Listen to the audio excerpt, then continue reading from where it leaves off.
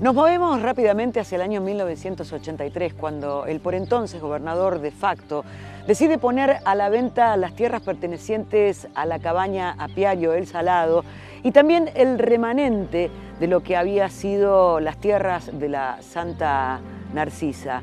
Claro, eso ya estaba definitivamente decidido. Los pobladores se enteran por un artículo periodístico e inmediatamente el 28 de abril deciden hacer un reclamo pidiéndole que al menos se suspenda la venta o la subasta hasta que se eligiera un gobernador democrático. El por entonces intendente Héctor Daniel Finocchieto se va a poner al frente del reclamo. Como toda respuesta, llega a estas tierras de General Belgrano el ministro de Agricultura, Bererciatura, quien les manifiesta que las tierras del apiario se van a mantener, pero aquellas 132 hectáreas de la Santa Narcisa saldrían a remate. Esto sucedería el 31 de agosto a las 15 horas en el Teatro Lozano de la ciudad de La Plata, con un valor base de 984.000 pesos. Esto no hizo más que tirar más leña al fuego. E inmediatamente todo el arco político se unió a la población, llevando adelante un reclamo que estipulaba que se iban a realizar todo tipo de acciones para que no se vendieran las tierras. Obviamente la prensa local también apoyará la movida, titulando lo que se llamaba responsabilidad de todos. Los partidos políticos unificados sacan un comunicado. En ese comunicado le piden al pueblo que esté en alerta para realizar asambleas, cortes de ruta y desobediencia fiscal.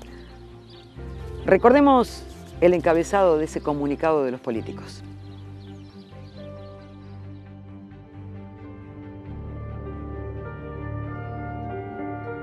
Se decreta el alerta ante un nuevo atropello a la opinión pública y a la dignidad de la ciudad. Debemos luchar por nuestros derechos. Nuestros hijos nos reprocharán haber sido cobardes. Recordemos las palabras que publicaba el 17 de agosto el diario El Imparcial de Mario Amarante, considerado uno de los diarios locales líderes en el pueblazo.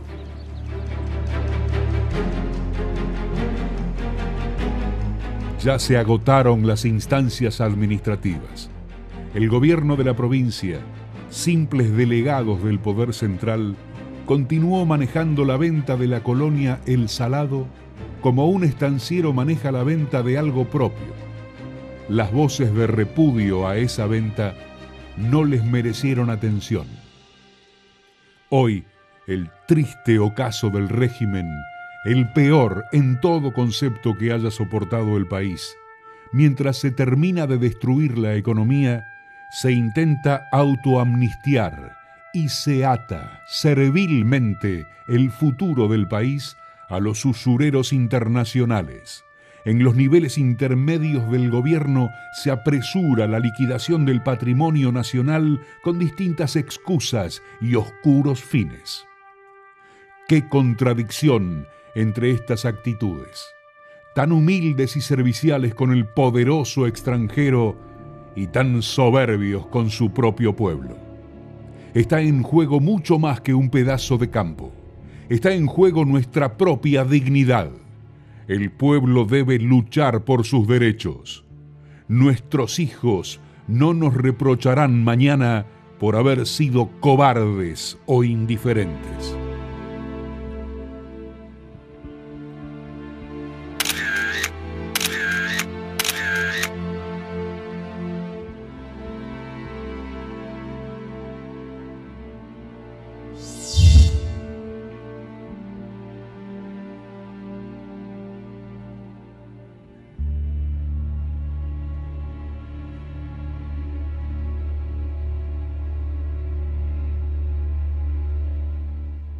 Intentando buscar una solución alternativa, el intendente le pide al gobierno provincial la donación de las tierras y el gobierno provincial de facto le responde que es una decisión inadecuada. por lo cual Finochietto decide dictar la ordenanza de junio del 83 en la que establece a las tierras como de utilidad pública de dominio comunal a las tierras fiscales de la Santa Narcisa.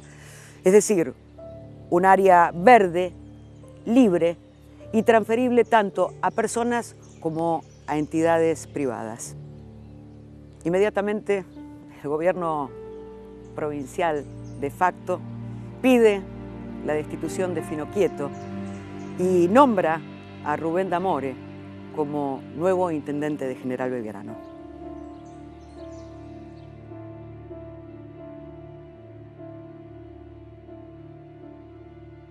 Con la firme intención de cumplir lo que había establecido el gobierno provincial, una delegación de funcionarios llega el 2 de septiembre de 1983 a las 11 de la mañana al Palacio Municipal para destituir a Finochietto y colocar en su puesto al nuevo intendente Rubén D'Amore, tal y cual se había establecido. Lentamente el pueblo se empieza a aglutinar en la plaza y realizan una toma pacífica del Palacio Municipal en la que piden se retiren los funcionarios y hacen una restitución simbólica de Finochietto en su cargo. La noticia empieza a copar los medios de comunicación nacionales, tanto diarios como revistas, como también la televisión. En estas primeras horas, la toma del Palacio Municipal será permanente y allí se establecerá un centro de prensa multisectorial. A pesar de las promesas de no actuar por la fuerza, los funcionarios provinciales utilizan la prepotencia, pero el pueblo no retrocede. El día domingo 4 de septiembre, aproximadamente a la madrugada, en una ciudad que se encuentra sitiada, 15 carros de asalto desalojan el Palacio Municipal. Pero el pueblo está decidido, no ceja en su actitud. Y vuelven a establecer un centro de operaciones en lo que es la Asociación Deportiva El Salado, donde, aparte de conformar una asamblea popular, deciden que marcharán nuevamente hacia el Palacio Municipal. Mientras que el pueblo se encuentra en un paro general nunca antes visto, arriba en helicóptero el ministro del Interior, Francisco Durañón Ayvedia, quien decide reunirse con las fuerzas vivas en lo que es la parroquia Inmaculada Concepción, tomando como mediador al cura párroco Nicanor López, quien hará sonar las campanas en cuanto arriben a una solución.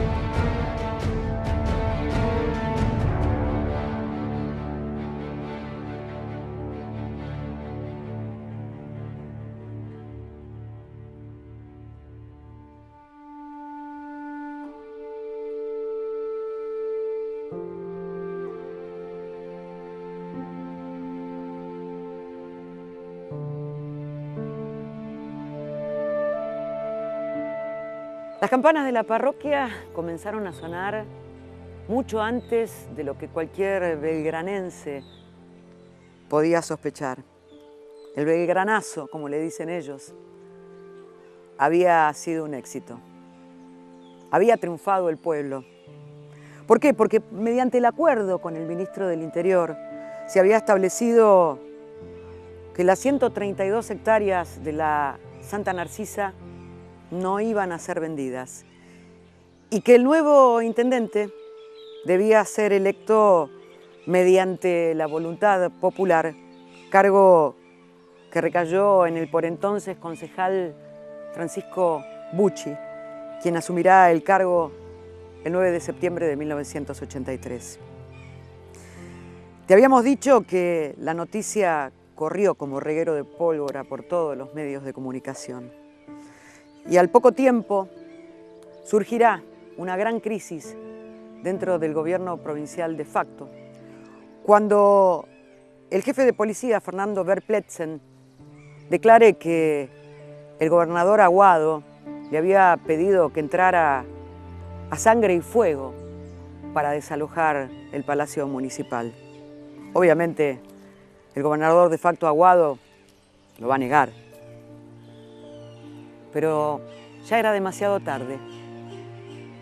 La democracia en la República Argentina estaba en ciernes.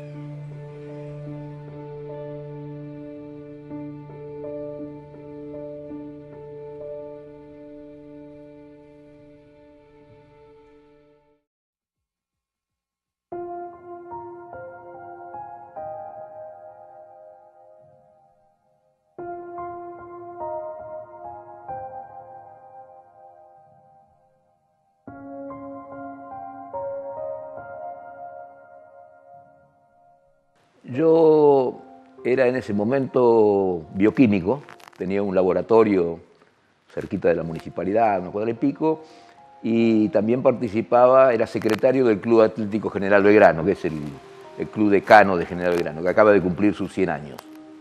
Se la hicimos más difícil todavía, porque había que volcar, había que derribar la ordenanza 7, ¿viste? Y las cuestiones no son, administrativamente no son tan fáciles y lleva su tiempo, ¿no? La principal fue la 6. El Clarín Rural, hace muchísimo tiempo que salía, y sale todavía, y en un número de abril del 83 decía que se iba a vender el apiario Pedro Bover, que es un apiario que está pegado a lo que es hoy la Colonia El Salado, una lonjita de 2 hectáreas, donde los apicultores de la provincia de Buenos Aires, dependientes del Ministerio de Agricultura de la provincia, hacen allí crías de abejas reinas. Bueno, esa fue la primera señal de alarma. En realidad los que primero se preocuparon fueron los apicultores, porque era su lugar de trabajo, de desarrollo, un centro que los nucleaba, y anualmente hay una cooperadora importante y anualmente se hace una reunión de apicultores de todo el país, y ellos fueron los que prendieron la primera alerta, digamos. Mi rol era que estábamos comenzando los primeros movimientos de vuelta de la democracia. Recordemos que desde el 76 y estábamos en comienzos del 83, todavía estaba la dictadura militar. Pero ya, después del fracaso de Malvinas, los militares no tenían otra salida que dar las elecciones, la vuelta a la democracia de aquel 30 de octubre que ganara el doctor Alfonsín, y los jóvenes de ese momento, y los no tan jóvenes también, de este pueblo, empezábamos a hacer los primeros escarceos políticos. Y yo militaba en el Partido Intransigente. Así que estábamos preparándonos para esas elecciones del 30 de octubre con unas primeras reuniones, primeras juntadas, digamos, con jóvenes que pensaban como nosotros y también con los jóvenes de otros partidos, porque en el pueblo también la política se hace un poco distinta que en otros lugares, ¿no? Que tuve la suerte también de ser docente, se hizo el museo, o sea, muchas de las cosas que dijeron que se iban a hacer se han hecho, eso es lo importante, que no haya quedado en el abandono que había antes, porque antes había que verlo como era, ¿no? En ese entonces lo que sí se hizo, y ustedes habrán visto, las maquinarias fueron, viste, la fábrica de mermelada, la fábrica de dulce leche. Hicieron una explotación, trabajaba mucha gente, mira, el otro día casualmente estuvimos reunidos con gente de los colonos, que todavía están los hijos de los antiguos colonos, y estuvimos hablando de los carros que llevaban la leche, recordando todo eso, que sus padres, ellos trabajaban, dice, ellos manejaban el carro. Después de esa primera alerta de los apicultores, ellos extienden su preocupación a las instituciones del pueblo y a los partidos políticos que estaban haciendo sus primeros movimientos. Así que enseguida las reuniones, primero en el centro apícola y después en los otros partidos, se empezaron a realizar, y allí es donde participábamos, digamos. Por eso yo contaba mi rol también de integrante del Club Belgrano, porque las instituciones deportivas también se sentaban a esa mesa, y bueno, ahí se empezó a armar ese caldo de cultivo donde nació la defensa de ese lugar, ¿no? En realidad, el pueblazo comienza a gestarse en abril. Esa primera alerta del Clarín Rural pone en marcha el movimiento. Y después se suceden durante un par de meses, abril, mayo, junio, reuniones locales, algunas a lo mejor con inocencia local, mandando notas al ministerio para que no se realizara la venta, visto a que en un par de meses las autoridades locales iban a ser elegidas, que dejaran que decidiéramos los belgranenses el futuro de esas tierras, que también es justo decirlo, no eran nuestras. Las tierras desde la expropiación de Aguirre en el gobierno de Mercante pertenecían a la provincia de Buenos Aires. Pero también es cierto que la provincia de Buenos Aires durante muchísimo tiempo las tuvo abandonadas, estaban en ruinas, había animales dentro de los edificios. Y sí se empieza a potenciar el movimiento y tomar fuerza, bueno, cuando vamos nosotros también amoldándonos al movimiento y viendo que la fecha se acercaba y la intransigencia de las autoridades provinciales no aflojaba, ¿no? No, yo realmente, si te digo de Mercante, no. Lo que sí, dividieron todo en casi todo 100 hectáreas y se dieron a distintos colonos, eso es real. Lo bueno que tiene el movimiento visto a la distancia, después de 30 años que se han aflojado algunas pasiones, digamos, ha sido la solidaridad y la comunidad entre los dirigentes de distintos partidos políticos y las instituciones. Siempre las banderas sectoriales estuvieron en segundo plano. Así que nos sentábamos allí, y bueno, los que teníamos a lo mejor alguna facilidad más para escribir alguna línea o alguna cosa, eran un poco los encargados de la redacción. Ya lamentablemente no está con nosotros. En el Partido Intransigente teníamos un cuadro político muy, muy importante, muy, muy vehemente, un pibe con mucha polenta que se llamaba Quique Quilmore, que escribió un libro sobre el pueblazo, que era uno de los alma mater, digamos, de pluma rápida y pesada para escribir esas cosas. Mira, el día 2 de septiembre yo lo recuerdo como con incertidumbre, porque en realidad esto tiene una historia no muy larga, pero bueno, nosotros viajamos a La Plata en el mes de agosto, al comienzo del mes de agosto, para intentar hablar, y logramos una audiencia con el ministro de Gobierno, que se llamaba Francisco de Durañón y Bedia. Fuimos representantes de la multipartidaria, un representante o dos de cada partido, y el intendente Finochetto también nos acompañó. Y bueno, le planteamos al ministro ahí, el ministro de Gobierno, un tipo con más cintura que el ministro de Asuntos Agrarios, que tenía una intransigencia muy, muy dura. Decía, ustedes hagan lo que tengan que hacer para impedir la venta, que yo voy a hacer todo lo que tenga que hacer para venderlo, digamos, un tipo muy duro. En cambio, el ministro de Gobierno más político, nos dio algunas pistas de que se podía negociar algo, pero cuando llegamos de vuelta a General Belgrano, en el diario El Día de La Plata, estaba la venta de las tierras el 31 de agosto en el Teatro Lozano. Es decir, que eso estaba ya cosa juzgada. En esos días previos se pergeñó de esa mesa multipartidaria y de las instituciones una ordenanza.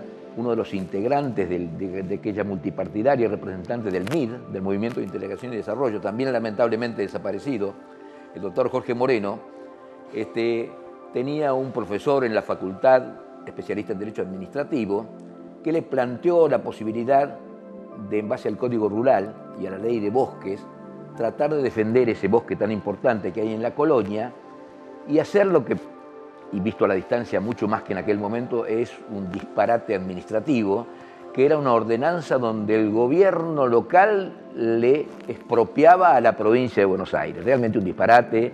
La vida del intendente, si la firmaba, la vida política, digo, ¿no? Administrativa, duraba nada, porque en esos gobiernos de facto el intendente está puesto a dedo. Así que se insubordinara desde aquí para allá era una cosa que no tenía sentido. Pero bueno, estuvo bien redactada. Nosotros en el Partido Intransigente fuimos a ver a un ministro de Asuntos Agrarios que había tenido el doctor Allende, el ingeniero Zubiri, que era especialista en bosques, y nos hizo toda una presentación muy importante, y el andamiaje administrativo del doctor Bessi de La Plata, conformó una ordenanza potente. Se presentó en los tribunales de Dolores y allí el juez Álvaro Gómez Hillary dio lugar a una medida de no innovar. Eso hizo que se frenara la venta, eso hizo que las autoridades vengan a sacarlo a fino quieto, y eso se dio entre el mediodía del 31 de agosto, que era el día del remate, y ese jueves cayó ese año así, este año casualmente cayó igual. 1 de septiembre estaba la incertidumbre si vendrían a sacarlo o no.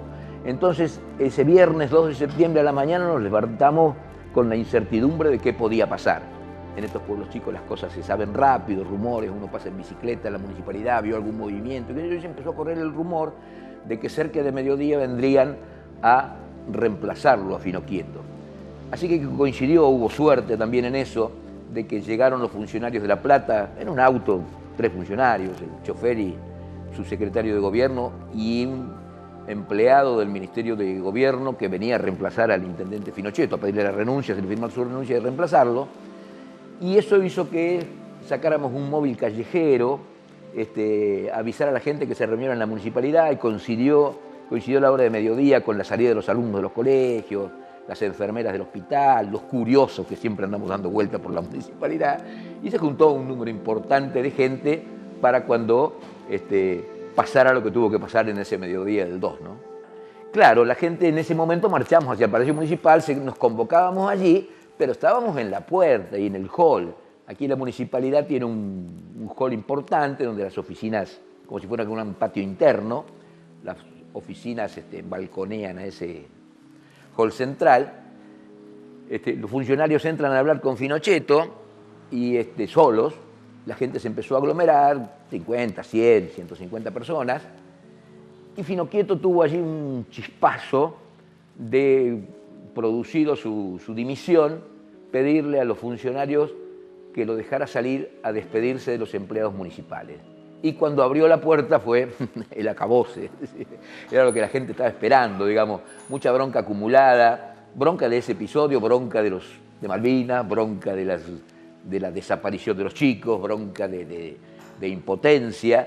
Así que a los pobres funcionarios que venían de La Plata, que seguramente no tenían muy poco que ver con todas estas cosas, era la primera cara visible que la gente tenía para decirle. Así que bueno, no los golpearon, pero los escupieron, los maltrataron, y se fueron entre un pasillo de gente que les pegaba, mujeres carterazos, puntapiés, qué sé yo. Se fueron echados de la Municipalidad de General Belgrano, y ahí comenzó espontáneamente y sin darnos mucha cuenta el pueblazo, digamos, ¿no? Siempre se habló mucho de eso. Aquí a 10 kilómetros, en camino a La Plata, hay un pequeño paraje que es parte del partido de Ranchos, ya, porque el río Salado es nuestro límite, que se llama Villanueva, y desde siempre se dijo que había 15 o 20 carros de asalto en General Belgrano y que en Villanueva esperaban otro grupo de apoyo, pero en realidad fue un movimiento pacífico, digamos. Lo que pusieron un poco de fuerza fueron ellos. La palabra pueblazo era una palabra fuerte, ¿no es cierto? Que la gente se sublevara, no estaban acostumbrados.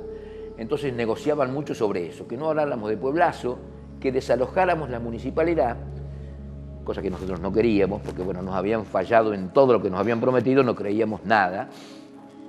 Lo que sí negociamos finalmente fue que quedara un grupo de vecinos, es decir, que quedaran 10, 12 vecinos nada más, en resguardo de la municipalidad, y el resto sí nos fuimos a nuestras casas durante la noche. Así que en esa mañana del sábado y en la mañana del domingo también, la gente se convocó mucho allí, qué sé yo, y también coincidían, ya estábamos a casi 20 y pico de días de las elecciones, andaban los candidatos de los distintos partidos políticos en la zona. En la mañana del sábado vino el ingeniero Villarreal, que era candidato a gobernador del MIR, estuvo reunido en la municipalidad, y nosotros nos enteramos el sábado a la noche de que en Las Flores, aquí nuestros vecinos de 60 kilómetros, estaba el doctor Allende. Así que lo invitamos del Partido Intransigente, y en la mañana del domingo encabezó una manifestación muy importante en la casa parroquial, donde ya la policía nos había desalojado, y el cura del pueblo nos había recibido muy generosamente allí, y se hizo una marcha muy importante de muchísima gente frente a la municipalidad. Pasamos cantando el himno nacional encabezada por el doctor Allende, así que eso también nos cargó un poco de pilas, y muchísimo el periodismo nacional, que empezó a llegar con las noticias, y creo que fue la llave del movimiento, digamos, la trascendencia que tomaron las noticias de los medios, creo que fue el respaldo también de seguridad, ¿no? Y de media sede, en realidad sede, el gobernador era Jorge Aguado, y en ese lunes 5, en horas de mediodía, a la mañana temprano nos citan a la municipalidad. Por eso después con el tiempo nosotros nos dábamos cuenta, porque nunca habíamos hablado con nadie, y nos llamaban y nos citaban por el nombre a cada uno de nosotros, obviamente nos tenían identificados. Nos llaman a la municipalidad y nos dice que a mediodía vendría el ministro Dureñón Evedia, aquel que habíamos ido a ver a La Plata y que nos había dicho que iba a ver qué iba a hacer, y que vendría a anunciar la no venta de las tierras. Así que a mediodía se convocó muchísima gente en la plaza, frente a la parroquia de la Inmaculada, y a mediodía llegó en un helicóptero Santiago Rodríguez Achával, el subsecretario de Gobierno que había venido el viernes a poner en funciones al intendente nuevo, y el ministro Dureñón Evedia, y ahí en una negociación que hicimos primero muy cortita en una mesa chica en la parroquia, pero donde lo invitamos a que saliera a decírselo a la gente, él, digamos, por todo lo que representaba, anunció que no se iba a vender las tierras de la colonia y que se iba a elegir un intendente, que era uno de los puntos fuertes que la gente del pueblazo también peleaba, estaban todos los panfletitos que se escribían, que ese intendente interino que iba desde ese día hasta el 30 de octubre o hasta el 10 de diciembre, donde se repusiera el intendente que fuera elegido, lo eligiéramos de una terna de belgranenses, y así anunció esa mañana que no se iban a vender las tierras y que sería intendente de General Belgrano el doctor Francisco Bussi. Lo que yo te digo son ideas sueltas o pareceres, porque en realidad nunca hubo documentación que respaldara ninguna de las posiciones. Yo creo que la más fuerte era que había un negociado entre amigos. Había allí unos vecinos de las tierras que eran proveedores de la Comisión Nacional de Energía Atómica, que tenían relaciones con los militares en ese momento del gobierno. Y si bien es cierto que son tierras muy fértiles, es cierto lo que vos decís, que no era un argumento tan fuerte como para pelear por 100 hectáreas. Después de pasado el acontecimiento, el diario La Prensa de Buenos Aires editorializa sobre eso, diciendo 100 hectáreas valían la pena para esto. Y después hay otra versión, que puede tener algún asidero también, en la época en el segundo gobierno de Perón, alrededor del 50, cuando Mercante viene a hacer estas entregas a los colonos de las tierras, se hizo un cateo explorativo de YPF, y hay una teoría muy fuerte, digamos, que dice que todas estas márgenes del río Salado puede ser una posibilidad de yacimientos de petróleo. Así que bueno, hay una versión que dice que a lo mejor las tierras podrían tener un valor agregado, más allá de la feracidad, de la propiedad de la tierra de la pampa húmeda, de que hubiera algún yacimiento posible allí, pero son teorías, realmente son teorías. Yo creo que era más un negocio entre amigos y como para quedar bien, quedarse con una cantidad de tierras muy importante, porque incluso estos terratenientes ya habían comprado a 8 o 10 vecinos de la zona y eso les quedaba como una espina ahí en el medio, ¿no? Creo que había mucha bronca, cansado de cosas ya hechas, ya determinadas, sin participación de la gente, animados por la vuelta a la democracia y una mezcla de todos estos sentimientos, digo, ¿no? Porque después nosotros mismos, y a mí me pasaba, yo había ido, hacía unos cuantos años que vivía allá en General Belgrano, yo no soy nativo de acá, y había ido una sola vez a la colonia. La mitad de los belgranenses no la conocía la colonia, es decir, no era una tierra que íbamos a defender porque queríamos. Sí, se hizo carne de que nos pertenecía, teníamos un sentido de pertenencia y que no decidieran nuestro futuro por nosotros, digamos. Eso creo que fue muy importante escribirlo en aquellos panfletitos que la gente tiraba. Se hizo mucho carne eso. Dejen que nosotros decidamos por eso, porque nosotros para eso tenemos la idea de hacer un desarrollo educativo en el lugar, un proyecto turístico, no nos quiten esas posibilidades. Creo que eso fue lo que hizo fuerte al movimiento. En los primeros años había una especie de disputa, que el tiempo la fue pasando, limando también porque no tenía ningún sentido, como que había quedado un poco como el héroe del movimiento, y realmente puso su firma, y había que ponerla, por digo, contra el gobierno. Pero en realidad, cuando se redacta aquella ordenanza número 6, se llamaba, que él tenía que firmar, porque en los gobiernos de facto, en los pueblos, él tiene también la decisión del poder legislativo, él dice que la firmaría solamente si lo respaldan y la firman con él todas las instituciones del pueblo, el 100%. Quería tener la tranquilidad, y así fue. Acompañaron la firma de aquella ordenanza, él de su puño y letra, y todas las instituciones del pueblo y todos los partidos políticos.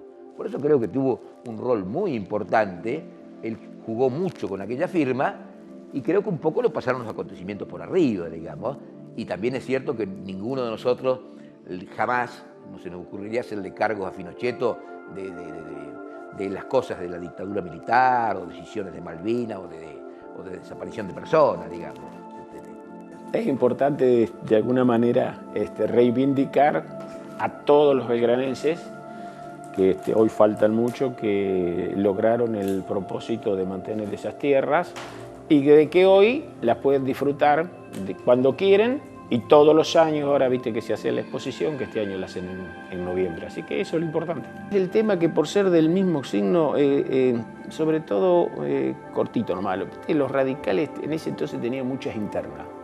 Y bueno, y quizá como el intendente podría ser de una línea y el gobernador de otra, ocurrían esas cosas, y no sé si tanto, pero bueno. Mira, yo he ido cambiando con el tiempo, ¿no? Pero ya desde hace mucho tiempo tengo muy claro esto.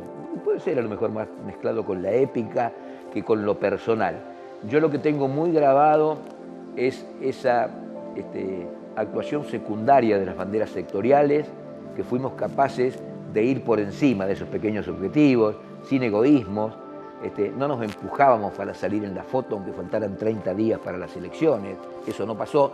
También algunos amigos recuerdan a veces jocosamente, dicen, no pasó porque se terminó en 3 días. Si hubiera sido más largo, hubiéramos terminado para miércoles porque nos hubiéramos peleado todos. Pero yo creo que fue eso. La gente tuvo un objetivo más alto, y creo que aunque para algunos es un eslogan para escribir en las paredes nada más, eso de que el pueblo unido jamás será vencido, creo que es muy fuerte. Y yo creo que con el tiempo eso es lo que ha quedado del pueblazo, y ha quedado para toda la gente, porque también es cierto que en estos 30 y pico de años, 33 años de vuelta a la democracia, nos hemos sucedido gobiernos de distinto color en el orden local, y siempre el pueblazo estuvo recordado y tratado de la misma manera importante, más allá de la visión del gobierno de turno. Por eso creo que es un objetivo más alto de los belgranenses, y creo que ese fue el éxito de la jornada. Cuando todo se termina, cuando todo se deshace, cuando uno busca a Dios,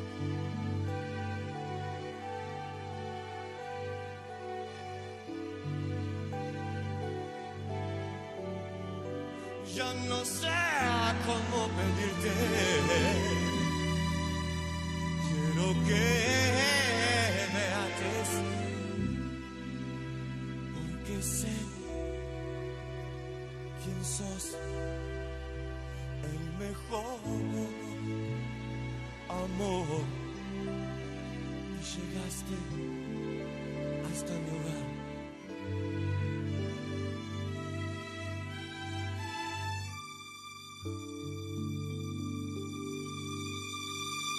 Vamos a vivir así, vamos a vivir así, vamos a vivir.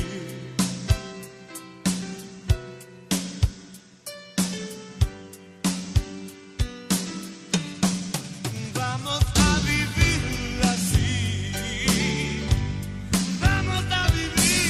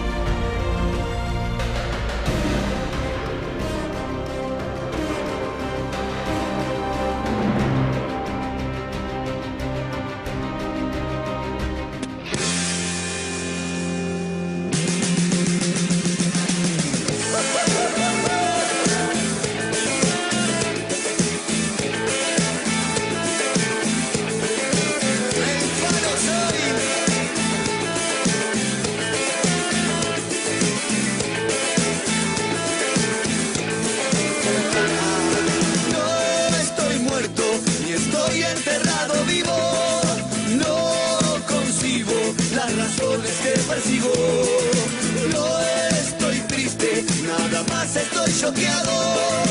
No estoy loco, solamente algo mareado. No se puede cambiar, no se puede cambiar, no se puede cambiar el alma.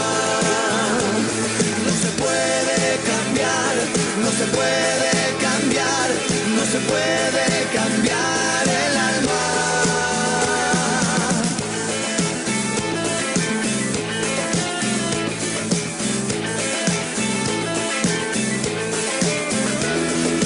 Soy valiente, en la vida suelto el freno. El presente me lo juego todo a pleno. Otra vuelta, hay más rosca en esta tuerca. Solo estamos tan lejanamente cerca.